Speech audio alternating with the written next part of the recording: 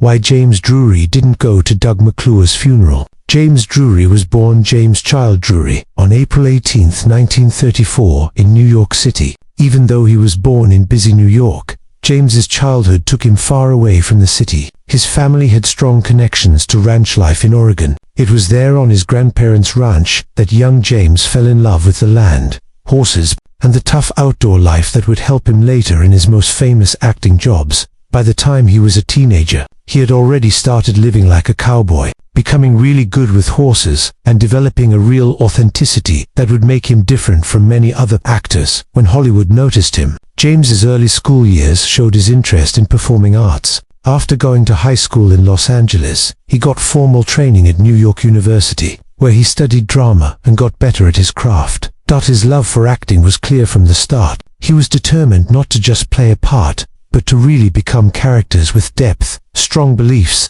and honesty. This serious attitude got him early recognition and helped him get small parts in movies during the 1950s, including appearances in westerns and adventure stories that matched his natural talents. Even though his career started with supporting roles in movies like Love Me Tender in 1956, starring Elvis Presley, and Bernadine in 1957, it was television that really made James Drury famous. In 1962, he was chosen to play the unnamed main character in NBC's groundbreaking Western TV show, The Virginian. This role became his biggest achievement and one of the most important performances in television Western history. For almost 10 years, from 1962 to 1971, Drury played the strong, quiet ranch boss who earned respect with his quiet strength, moral compass, and steady sense of justice. Unlike many other Western heroes of that time, the Virginian stood out because his name was never told, adding mystery and timelessness to the role. Drury's acting captured what the classic American cowboy was all about: tough, loyal, and fiercely independent, while also adding human layers that made him relatable to audiences. The show itself was unique and revolutionary. The Virginian was one of the first TV series to run as a 90-minute weekly program, basically making a movie-length Western every week. Drury had the energy and presence to handle this demanding format, appearing in almost every episode. His performance held the series together, which became a main part of American television and is still loved by Western fans today. Acting alongside talented actors like Doug McClure, Lee J. Cobb, and later Klug, Drury helped make The Virginian one of the longest-running Westerns in TV history. His work on the show made him one of television's true cowboy legends. Drury's career continued with roles in other TV shows and movies after The Virginian, but it was clear that his legacy had already been written. He welcomed his place in television history with pride, becoming a beloved figure at Western film festivals across the country. He often said that playing The Virginian was more than just a role. It was a responsibility, and he took great care to make sure that the character represented the values of honesty, fairness, and strength that audiences looked up to. Beyond The Virginian, James Drury kept acting in film and television, taking on roles in projects like Gunsmoke, Rawhide, and feature films alongside some of the industry's biggest stars. However, it was his signature role that defined his career. Unlike many actors who became bitter about being typecast, Drury welcomed his legacy. He understood that audiences treasured him for what he brought to The Virginian, and he carried that identity with pride throughout his life. His appearances at Western film festivals, fan gatherings, and television retrospectives in later years showed his gratitude toward the fans who had supported him for decades. On February 7, 1957, James Drury got married for the first time to Krista Othons, a marriage that brought him both happiness and responsibility. Together, they had two sons, Timothy and James III, who would carry on the Drury family legacy.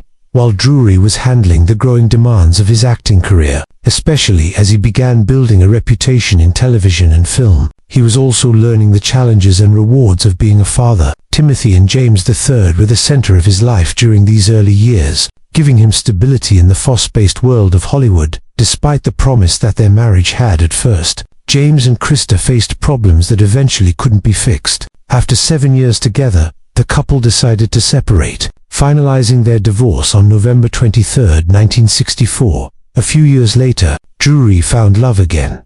On April 27, 1968, he married Phyllis Jacqueline Mitchell, starting a new chapter in his personal life, this time matched with the height of his fame. as the Virginian was at the peak of its popularity, and Drury was a household name. The marriage lasted for over 10 years, during which time Phyllis shared in the excitement and pressures that came with being the wife of a famous television star. However, like many marriages affected by the stress of public life and personal differences, theirs eventually ended. On January 30, 1979, Drury and Phyllis officially divorced, closing another chapter in his journey through love and companionship. Drury's third and final marriage brought him perhaps the deepest and most lasting partnership of his life. On July 30, 1979, only months after his second divorce, he married Carl Ann Head. Unlike his earlier marriages, this relationship would last not just years, but decades, showing the strong bond they shared. For 40 years, Carl Ann stood by his side, providing stability,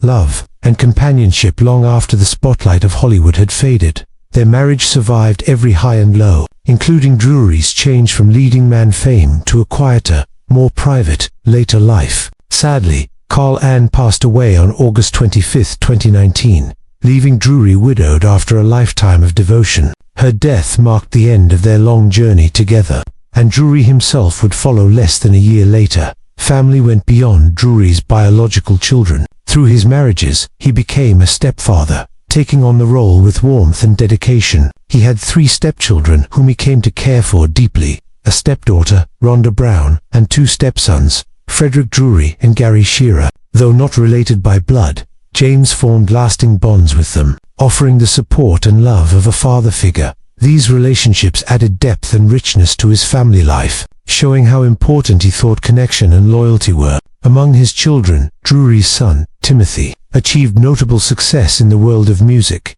making his own path outside of acting. Timothy Drury became a highly respected keyboardist, guitarist, and vocalist, building a distinguished career in rock music. He played with some of the most legendary bands of the time, including the Eagles and Whitesnake, both of which are celebrated worldwide for their contributions to rock history. Timothy's accomplishments were a source of pride for James, a reminder that talent and artistry ran strong in the Drury family, even if expressed in different ways. While James himself made his mark on the screen, Timothy carried the family name into the world of music, achieving recognition in his own right and making sure that the Drury legacy extended beyond acting into another creative area. Through his marriages, children, and stepchildren, James Drury's personal life showed the complexity of a man who lived fully both in public and private. His family, in its various forms, remained a central part of his story, weaving together a legacy of love, struggle, and accomplishment that lasted far beyond his Hollywood career. When James Drury, best remembered for his role as the stern yet fair main character in the long-running Western series The Virginian, was asked why he had not attended the funeral of his longtime co-star and friend Doug McClure, who played the easygoing Trampers, his answer was both heartfelt and deeply revealing of the way he handled grief and personal loss. Drury's explanation shed light on his personality, his respect for privacy, and how intense the bond was that he shared with McClure that could not be defined by a single ceremonial farewell. Drury once explained, "I didn't go to Doug's funeral because I don't believe in saying goodbye that way." This statement showed his belief that funerals, while important for many people, were not always the best place to express or work through personal grief. He admitted that he found public mourning to be overwhelming and even strange, to the way he chose to honor those he had loved and lost. For Drury, grief was something personal and sacred, not to be put on display in a crowded room filled with acquaintances, reporters, and Hollywood watchers. He preferred to hold on to his private memories rather than put himself through the spectacle that often came with the funerals of well-known actors. He went on to add, "I said my goodbyes to Doug in my own way, and I'll carry him with me for the rest of my life." This showed not that he didn't care, but the opposite, a lifelong commitment to keeping his friend's spirit alive. Their partnership on The Virginian had lasted nearly 10 years of television, with Drury's serious Virginian character balancing McClure's light-hearted off-camera. Their friendship mirrored this dynamic. Drury admired McClure's humor, his ability to lift the spirits of everyone around him, and his unshakable optimism even when facing personal struggles. Theirs was a brotherly bond, tested and proven over years of hard work on set. Drury did not need a formal farewell to remind him of that closeness. Drury also acknowledged the emotion